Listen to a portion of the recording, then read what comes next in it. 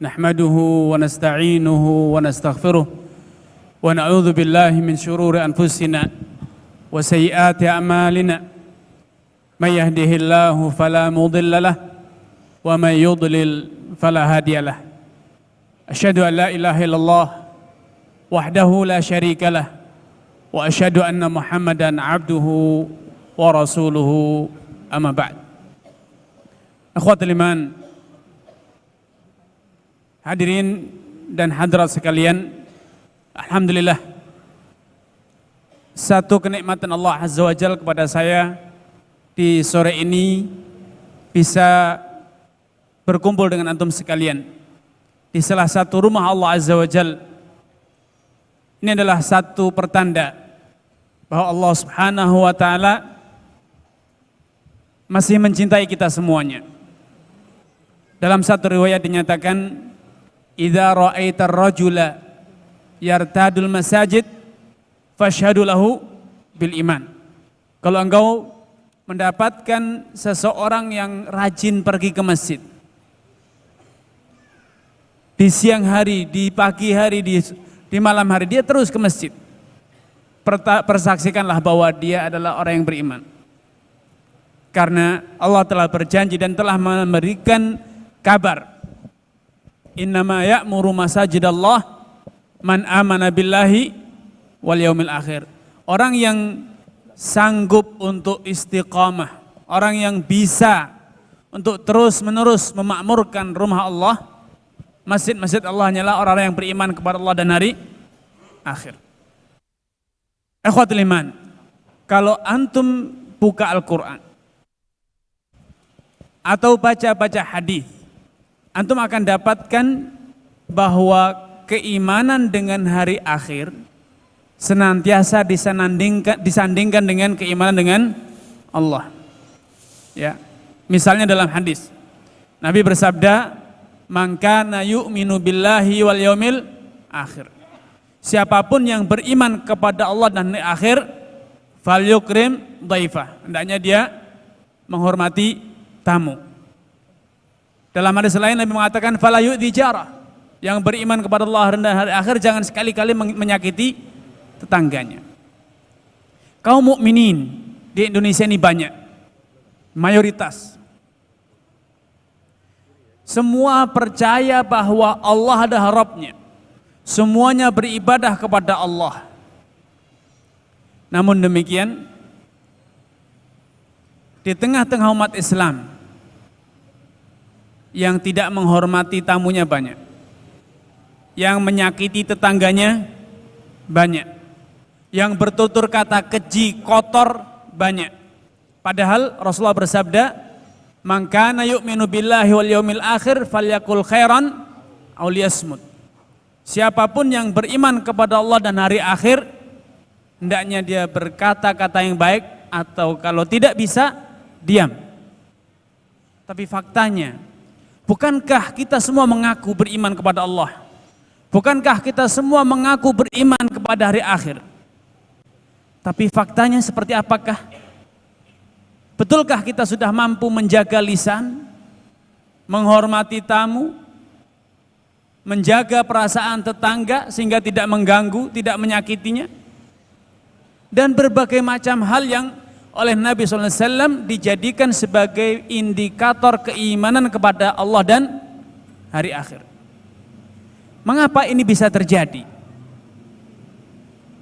Satu dari dua, bisa jadi iman kita kepada Allah dipertanyakan, atau iman kita kepada hari akhir diragukan. Kalau orang itu betul-betul beriman kepada Allah dan hari akhir, niscaya dia menjalankan indikator-indikator keimanan tadi. Bertutur kata yang baik, menghormati tamu, tidak menyakiti tetangga, dan berbagai indikator keimanan dan yang lainnya. Sehingga kadangkala kita merasa pesimis. Sudahkah kiamat itu betul-betul dekat? Benarkah kiamat itu betul-betul sudah di depan mata? Sebagaimana yang digambarkan Nabi, bu'ithtu ana was-sa'ah kahatain. Kata Nabi, aku diutus dalam kondisi aku, jarak antara diutusnya aku dengan kiamat itu bagaikan jarak antara telunjuk dan jari tengah. Ada sebagian mengatakan maksudnya jeda antara dibangkitkannya aku dengan datangnya hari kiamat bagaikan jarak antara jari tengah dengan jari, atau selisih antara jari telunjuk dengan jari tengah. Berapa senti? 1 senti paling. Sangat pendek.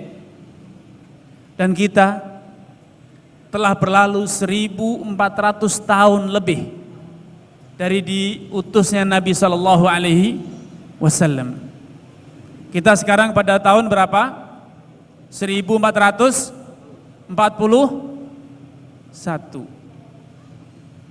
Berarti memang kiamat betul-betul sudah dekat. Nabi saja mengatakan kiamat sudah dekat. Apalagi kita. Jazakallahu khairan. Bila Nabi mengatakan bahwa bu'ithu ana wasa'ah kahatain, aku dibangkitkan, jarak antara aku dengan kiamat itu bagaikan jari telunjuk dan jari tengah ini. Kalau Nabi merasa sudah dekat, mengapa kita masih menganggap bahwa kiamat itu masih sudah atau masih jauh? Pantaskah bagi umat Nabi Muhammad sallallahu alaihi wasallam untuk merasa bahwa kiamat itu masih jauh? Kalau Nabi saja sudah mengatakan sangat dekat. Suatu hari Nabi sallallahu alaihi wasallam didatangi oleh seorang lelaki yang mengetahui bahwa kiamat itu sudah dekat. Dia mendengar sabda Nabi bahwa, mengetahui sabda Nabi bahwa kiamat itu dekat, kahatain. Dia penasaran, rasa ingin tahu, kalau sudah dekat kapan? Tahun kapan? Berapa tahun lagi? Rasa ingin tahu. Nabi kemudian menjawab, wa madza a'dadta laha? Kamu ingin tahu? Kamu penasaran? Kamu bertanya? Maka Nabi kembali berbalik bertanya, wa madza a'dadta laha? Memang kalau kiamat betul-betul datang, apa persiapanmu? Apa bekalmu? Seperti ini disampaikan oleh pembawa acara, bahwa ceramah, tulisan-tulisan, ulasan-ulasan tentang dekatnya kiamat, bahkan ada yang sampai membuat analisa atau prediksi bahwa kiamat akan datang pada tahun sekian, tahun sekian. Apa manfaat semuanya itu? Kita membaca bahwa sebelum datangnya hari kiamat, matahari akan terbit dari arah barat. Akan datang Dajjal. Akan keluar Ya'juj dan Ma'juj. Akan keluar Dabah.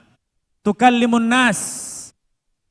Yang bisa berbicara, binatang, tapi bisa berbicara, berkomunikasi dengan manusia. Dan akan keluar dukhan, asap. Kemudian akan keluar api yang menggiring manusia. Dan berbagai macam indikator. Jamaah haji, jamaah umroh yang pergi ke negeri Arab. Para ustadz, para penceramah, sepulang haji, sepulang umroh berkata, kiamat betul-betul sudah dekat. Kenapa? Karena Nabi mengatakan bahwa kiamat tidak akan bangkit sampai antalidal amatu rabbataha. Budak-budak itu melahirkan majikannya. Dan salah satu indikasi dekatnya kiamat, kata Nabi, adalah antara ru'a asya. Engkau akan melihat para pengembala kambing yatatawaluna fil bunyan, berlomba-lomba membangun, berlomba-lomba membuat bangunan yang menjulang tinggi. Mereka menganalisa negeri Arab semua sudah berlomba-lomba. Mereka adalah para pengembala. Tapi apa manfaatnya kita tahu semuanya itu? Bertambahkah iman kita? Bertambahkah harta kita? Semangatkah kita untuk beribadah? Semakin makmurkah masjid-masjid kita? Semakin jujurkah orang bertutur kata, seakan semua itu tidak ada atharnya. Itu hanya sekedar dongeng. Bagi banyak orang, indikator dekatnya kiamat, amaratus sa'ah. Analisa tentang dengan kiamat itu bagaikan cerita saja yang berlalu. Kenapa semua itu terjadi? Tidakkah kita sadar bahwa ini adalah satu problem dalam diri kita? Kita seakan tidak lagi takut dengan datangnya kiamat. Kita menemukan tanda-tanda kiamat, banyaknya orang durhaka, banyaknya harta yang melimpah, hilangnya amanat. Nabi bersabda, "Idza dhuyyi'atil amanah fantadhiris sa'ah." Kalau amanat itu sudah disia-siakan, maka nantikanlah kiamat. Qalu, "Kaifa ya Rasulullah idha'atu?" Ya Rasulullah, bagaimana amanat itu disia-siakan? Nabi memberikan tanda. Idza wusidal amru ila ghairi ahlihi fantadhiris sa'ah. Kalau engkau sudah melihat bahwa setiap urusan itu dipercayakan, diberikan kepada orang yang bukan ahlinya, maka nantikan kiamat. Sebagian orang menafsirkan hadis ini dengan masalah amanat yang artinya jabatan.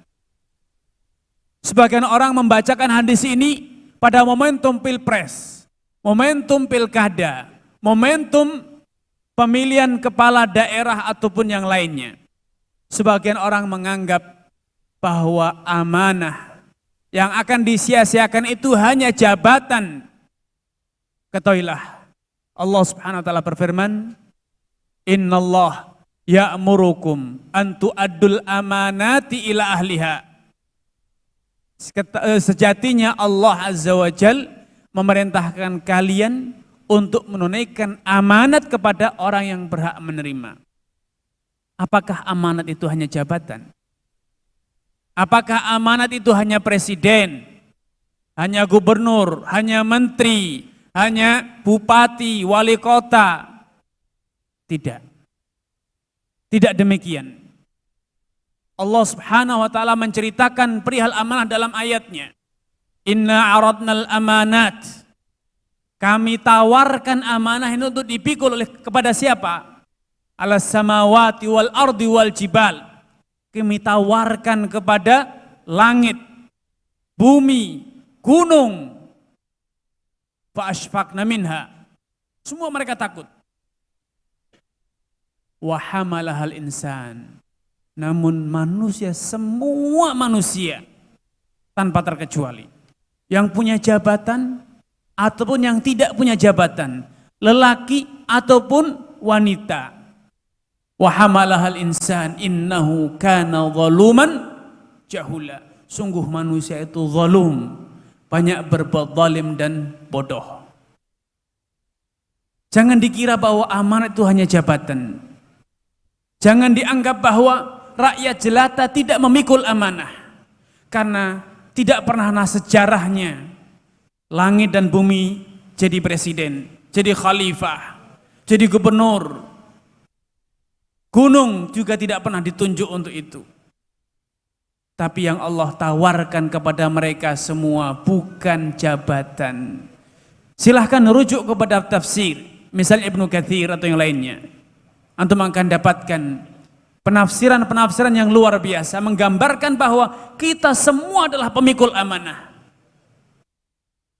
Kalau kita sadar itu kita pemikul amanah, kita juga akan sadar bahwa kita telah menyanyiakannya. Ibnu Katsir menceritakan bahwa salah satu ahli tafsir atau sebagian ahli tafsir menafsirkan amanah itu dengan ghuslul janabah, mandi janabah. Ada yang mengatakan ghuslul barajim, membasuh ruas-ruas jari ketika berwudu, ketika mandi janabah. Banyak dari kita asal berwudu, sehingga kadang dalam ruas-ruas jarinya masih ada kotoran, tidak terkena air. Sebagian ulama lagi menafsirkan bahwa amanah itu adalah syariat ini secara utuh. Bukan hanya sekedar mandi janabah, bukan hanya taharah, tapi menjalankan amanat secara utuh. Itulah amanah yang Allah tawarkan kepada langit, kepada bumi, kepada gunung, dan mereka semuanya gentar, takut untuk memikulnya. Fa ashfaqna minha wa hamalal insan. Mereka semuanya takut. Ya, ini adalah amanah yang kita sadar saat ini. Kita melihat dengan kepala kita sendiri bahwa ini adalah amanah terbesar yang mulai disia-siakan dan sudah disia-siakan oleh umat Islam sendiri sebelum oleh umat yang lainnya. Banyak dari kita mengeluh, Ustaz, sekarang ini pemerintah tidak ngurusi agama, tidak ngurusi umat, hanya membangun jalan, membangun gedung, membangun ini, tapi agama sudah tidak diperdulikan. Ya, mungkin bisa jadi. Tetapi pernahkah kita bertanya, kemana saya? Apa yang telah saya berbuat untuk agama ini? Bukankah ini agama Anda? Bukankah ini agama saya? Kenapa saya hanya rajin bertanya, kemana mereka tidak berbuat? Kenapa kita tidak bertanya, kenapa saya tidak berbuat untuk agama ini? Amanah. Agama ini bukan agamanya negara. Agama ini bukan agamanya mereka, tetapi agama kita. Kitalah yang harus menunaikan amanah ini, menjalankan syariat, mengajarkan syariat. Banyak dari orang tua yang punya anak, karena merasa dia tidak punya waktu, seringkali dia berpikir sudah terserah Pak Imam masjid, kiai, guru ngaji, terserah sudah ajarin apa saja. Subhanallah, bukankah ini bentuk dari idha'atul amanah? Bukankah yang akan ditanya kelak di hari kiamat tentang anak tersebut adalah Anda sebagai ayah dan ibunya? Kenapa kita berpikir urusan ngaji, urusan agama, terserah imam masjid, terserah guru ngajinya. Saya pengelola lembaga pendidikan. Banyak dari orang tua yang penting bagi dia sudah bayar SPP. Orang tua tidak peduli, bahkan juga tidak ada rasa ingin tahu bagaimana anaknya dengan pendidikan agamanya. Dia yang penting dapat rapot, nilainya bagus Ustadz. Kalau di rumah, kasihan Ustadz capek, jangan dibangunkan sholat subuh, masih kecil. Nggak apa-apa, mumpung liburan, main game. Nanti kalau udah balik ke pondok, nggak sempat main game. Subhanallah. Inikah menunaikan amanah? Demikiankah kita menunaikan amanah yang Allah pikulkan kepada kita sebagai orang tua? Sehingga kita merasa sudah mendidik anak, asalkan sudah masuk pondok pesantren. Tapi ketika pulang ke rumah, biarkan anak nonton sinetron. Kasihan, di pondok tidak ada sinetron. Siapa yang merusak amanah tersebut? Orang tua sendiri. Orang tua sudah merasa dia menunaikan amanat sebagai orang tua kalau sudah nyekolahkan di sekolah Islam. Seorang suami yang penting dia sudah nafkahi, kenyang, punya rumah, punya kendaraan, masalah istrinya menutup aurat, masalah istrinya menunaikan sholat, tidak penting. Sholat di awal waktu atau di akhir waktu tidak peduli, yang penting udah sholat Ustaz, dengan khusyuk atau tidak khusyuk, dengan wajibat dan rukunnya tidak peduli, yang penting sudah sholat. Kemana amanah yang Allah pikulkan kepada kita? Dahulu salafun saleh, bahkan dicontohkan oleh Nabi SAW, ketika malam hari beliau membangunkan keluarganya, ketika beliau beriktikaf beliau bangunkan keluarganya untuk ikut qiyamul lail. Ni'mar rajul, kata Nabi, sebaik-baik suami, man qama minal lail, alladzi qama minal lail, yang bangun malam. Fasallama kutibalah, dia sholat semampu yang dia lakukan. Fa'aiqadha ahlah, kemudian dia bangunkan istrinya untuk ikut sholat. Fa'in abad, kalau dia tidak mau, nadhaha fi wajhihal ma', dia cipratkan air. Itu adalah amanah. Sudahkah kita menunaikan amanah tersebut? Allah Subhanahu wa ta'ala banyak memberikan amanat kepada kita. Ada amanat berupa harta, ada amanat berupa jabatan, ada amanat berupa indera kita, penglihatan kita, telinga kita. Sudahkah kita menunaikan amanah dengan baik? Inilah titipan Allah Subhanahu wa ta'ala. Kita adalah orang yang pertama kali menyia-nyiakan amanat tersebut. Karena itu jangan heran bila kiamat betul-betul telah tiba di tengah-tengah kita, bukan sekedar akan tiba.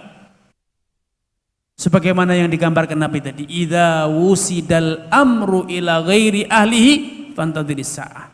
Rusaknya, hilangnya amanat, orang tua yang tidak peduli dengan anaknya, suami yang tidak peduli dengan istrinya, saudara yang tidak peduli dengan saudaranya, merekalah kiamat yang sejati. Karena menurut penjelasan para ulama, kiamat yang dimaksud dalam hadis ini ada dua kiamat. Kiamat kubro, yaitu hancurnya tatanan dunia,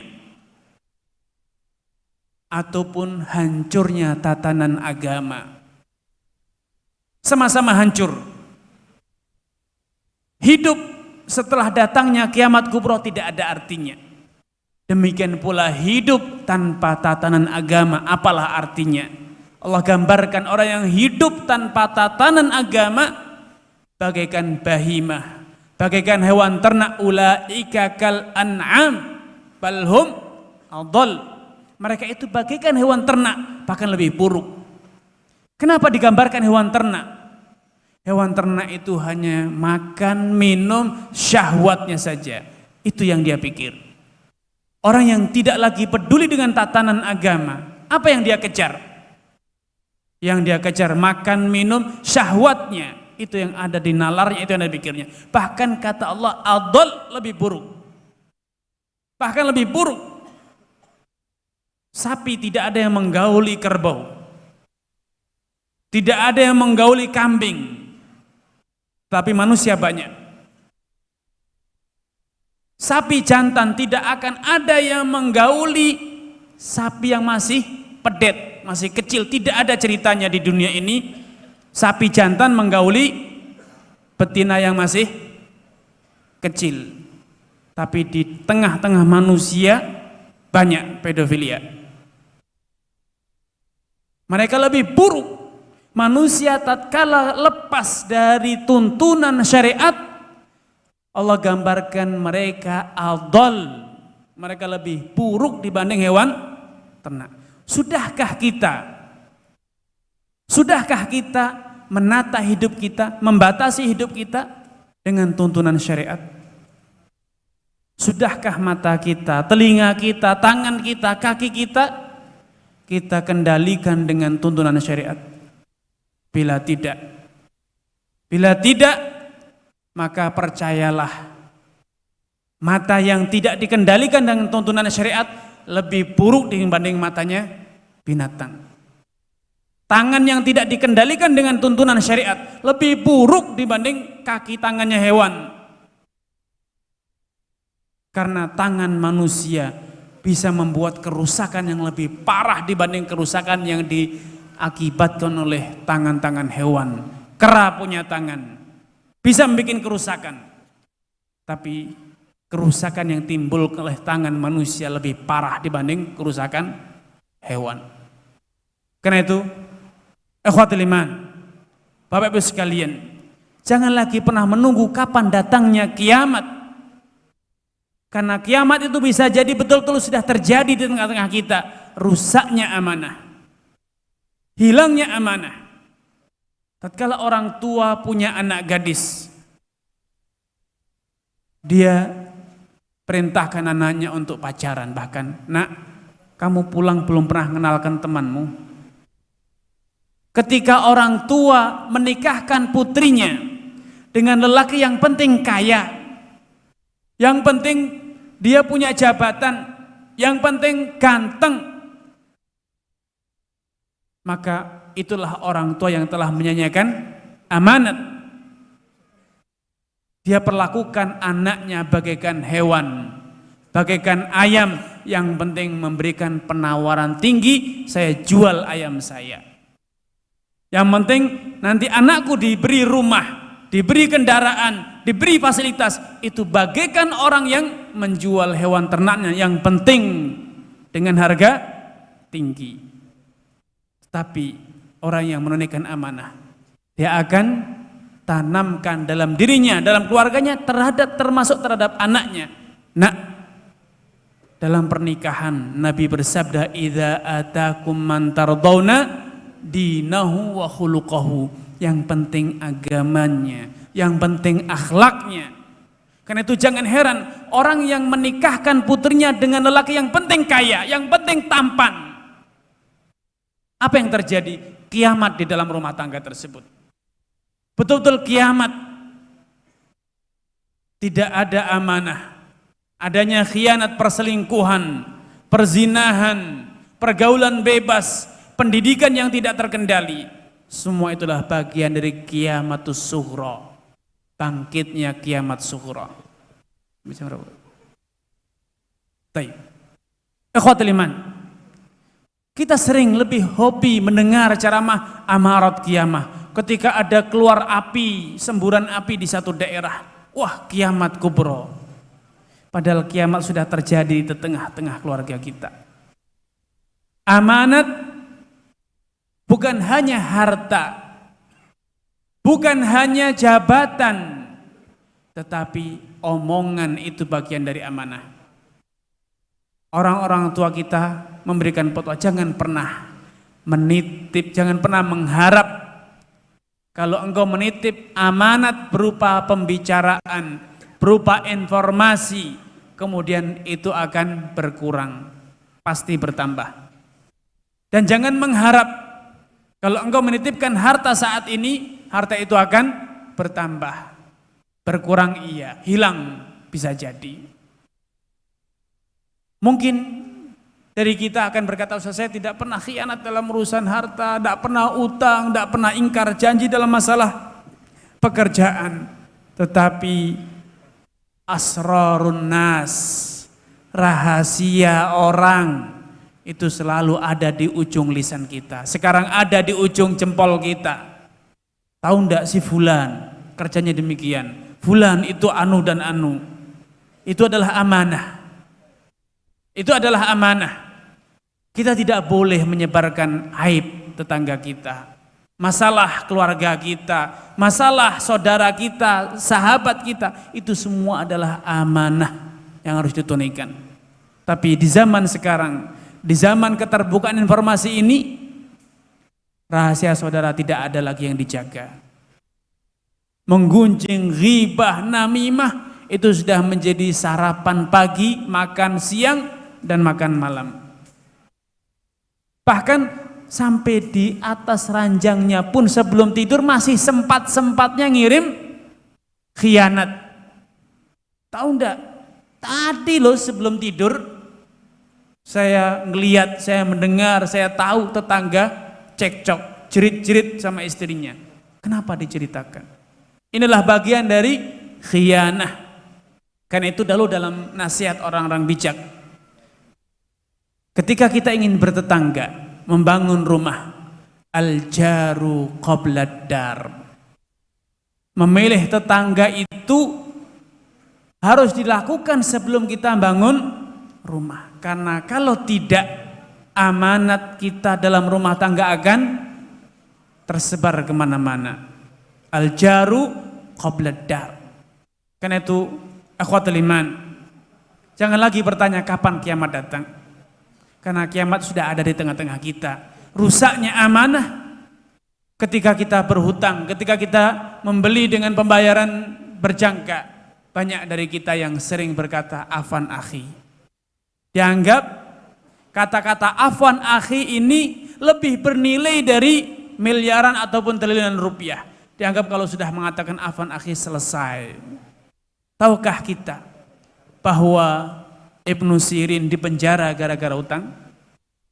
Kesolehan dia tidak menjadikan dia terbebas dari tuntutan perdata. Sahabat Mu'adz bin Jabal dipailetkan oleh Nabi, hartanya dilelang. Kesolehan dia tidak menjadikan Nabi toleransi dalam urusan amanah. Bayar hutang, tidak mampu bayar hutang, ya harus dibayar. Gimana caranya? Tidak punya uang, ya lelang asetnya. Ini adalah amanah. Abu Dzar, seorang yang soleh. Ketika beliau datang kepada Nabi, ya Rasulullah, ala tasta'miluni kama sta'malta fulan. Ya Rasulullah, tidakkah engkau tunjuk aku sebagai pejabatmu, sebagai pegawaimu, sebagaimana engkau tunjuk si fulan itu sebagai pegawaimu? Nabi mengatakan, ya Abu Dzar innaka rajulun dha'if. Ya Abu Dzar, engkau ini orang yang lemah. Wa innaha nadamatun wa innaha yaumal qiyamati khizyun wa nadamah. Abu Dzar, memikul amanat itu adalah kehinaan di hari kiamat dan penyesalan. Karena itu janganlah engkau minta amanat. Jangan engkau mengharapkan amanah, karena memang amanah itu berat. Banyak dari kita sekarang yang ketika memiliki jabatan sebagai ustadz atau sebagai siapapun, punya kenalan, sekitar kenalan saja, ketika nawar barang mengatakan, masa dengan tetangganya ustadz tidak dikasih diskon, masa dengan ustadz bayar ditagih apa adanya, diskon dong dengan ustadz. Ini adalah bentuk dari khianah.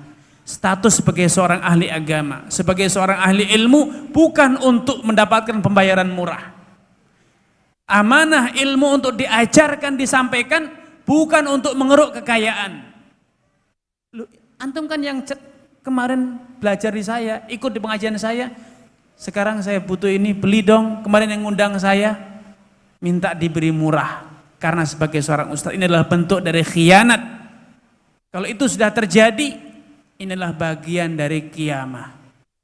Ilmu bukan untuk berdagang.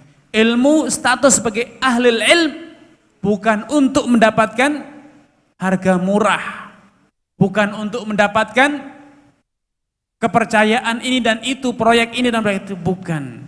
Ilmu untuk diajarkan, ilmu untuk ditunaikan, diamalkan, dan dijadikan sebagai teladan untuk umat. Karena itu, sebagai penutup, Allah menceritakan kisah seorang yang amin, Yusuf alaihissalam. Ketika beliau dilepaskan dari penjara, setelah kisah yang panjang, silakan antum pelajari, antum baca dalam surat Yusuf. Ketika ia ingin ditunjuk sebagai pejabat oleh raja, apa beliau mengatakan? Ij'alni ala khazainil ardi inni laqawiyyun amin. Jadikan aku sebagai bendahara kerajaan, karena aku adalah orang yang qawi, profesional, dan amin. Beliau tidak menceritakan aku adalah putra seorang nabi. Beliau juga tidak mengatakan aku juga seorang nabi. Tetapi beliau menunjukkan dirinya sendiri, profesionalitas dan amanah. Status sebagai seorang nabi bukan untuk mendapatkan jabatan. Status sebagai putra seorang nabi juga bukan untuk mendapatkan kepercayaan, mendapatkan jabatan atau yang lainnya. Tapi beliau tunjukkan skill, keahlian. Kenapa? Karena menjadi pejabat dibutuhkan profesionalitas dan dibutuhkan amanah. Maka ini yang beliau ungkap, bukan status sebagai nabi atau bukan status sebagai putra seorang nabi. Karena itu kalau di zaman sekarang ada yang mengatakan, Masya Allah, anak ngajar di tempat ini, ngajar itu. Inilah bagian dari khianat. Inilah bagian dari kiamat. Karena ilmu telah dijadikan sebagai barang dagangan. Ilmu sudah dijadikan barang dagangan untuk bisa membeli murah atau menjual dengan harga yang mahal. Ini adalah bagian dari khianah. A'adzanallahu wa iyyakum. Hadza wa sallallahu alaihi wasallam ala nabiyyina Muhammadin wa ala ali ashabihi ajma'in. Wassalamualaikum warahmatullahi wabarakatuh. Waalaikumsalam warahmatullahi wabarakatuh. Jazakallahu Ustadzana al-Fadil Ustadz Dr. Muhammad Arifin Badri. Tidak terasa 40 menit beliau memberikan siraman kepada kita.